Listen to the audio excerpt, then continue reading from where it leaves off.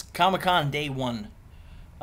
It's mostly over. It's 4:30 now. I just came from the Avatar panel. I'm back at my hotel right now. I have a busy evening ahead of me. I have to run to a G.I. Joe cocktail party, followed by a screening of District 9, followed by a meet and greet with Peter Jackson, followed by a screening of Ninja Assassin. I'm loaded up the rest of the afternoon. I managed to get into Hall H today. I didn't think I was going to be able to. I got a ticket for the 3D presentation. Final Destination in 3D looks fucking ridiculous. I am so psyched about it. And Joe Dante's The Hole really got the crowd riled up in a pretty fun way, like actual screaming at some of the jump scares. And then I sat through Twilight, which was an experience in and of itself. I recommend everybody. It's like if Beatlemania had occurred for the Dave Clark 5. It's just like, it's so much enthusiasm and passion for something really pretty bad. But after that was Avatar, which was the big thing. I couldn't get in through Fox because they hate me. And so I had to just camp out throughout from the 3D panel. My eyeballs remain unfucked. I think it's important to note. It's impressive what Cameron and his team have done. But it's evolutionarily impressive, not revolutionarily impressive. The stuff that you see in Avatar is stuff that is building on what's been going on. The most impressive thing, I think, in the Avatar footage that I saw were the facial expressions of the characters. It was, I thought Dr. Manhattan looked pretty terrific with facial expressions, with Billy Crudup's performance coming through in the character.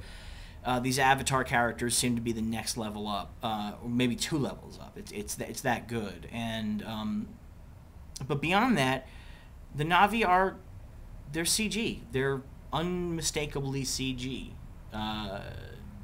They're kind of designed in a cartoony way, which to me only emphasizes their CG aspect. And they're interacting with CG monsters that look like CG monsters in CG environments.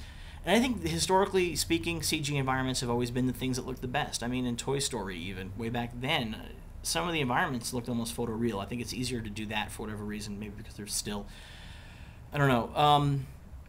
So it's impressive, but not life-changing. The design is detailed, complex, fascinating. There's going to be a ton of art of and world of Avatar books. They'll all be, whatever you spend on them, they'll be well-deserved money, because I'm sure the art that came out of this is astonishing. The level of complexity in the design is incredible. A lot of it reminds me of science fiction novel covers from the 70s and, in the 80s. I'm transported to an alien planet. It's a modestly familiar one. The stuff that I saw story-wise, hard to tell. Well, we saw 24 minutes of the movie. The story stuff and the character stuff is sort of hard to tell. It looks like Dance of the Wolves in space, and the Na'vi really do sort of come across like Native Americans who love the environment and all the animals within it and live in harmony and blah, blah, blah, blah, blah. Pandora at night, which was the big selling point for a lot of people, looks really good. It looks sort of like a Blacklight poster or like the other Father's Garden in Coraline. But it looks good. I mean, which is not to disparage how good it looks. It just is not as revolutionary and exciting as life-changing as a lot of the hype has made it seem. I think that if you bring your expectations down and expect a really well-designed, impressive CG movie, but it still looks like a CG movie. It looks like a toon, most of it. When it's CG characters interacting with CG environments and CG beasts, it looks like a toon.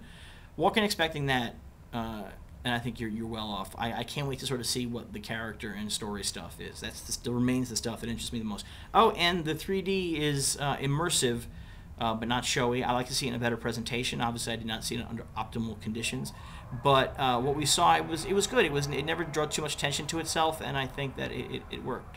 So that's my current update for Comic-Con Day 1. I might have another one later. I may never have another one.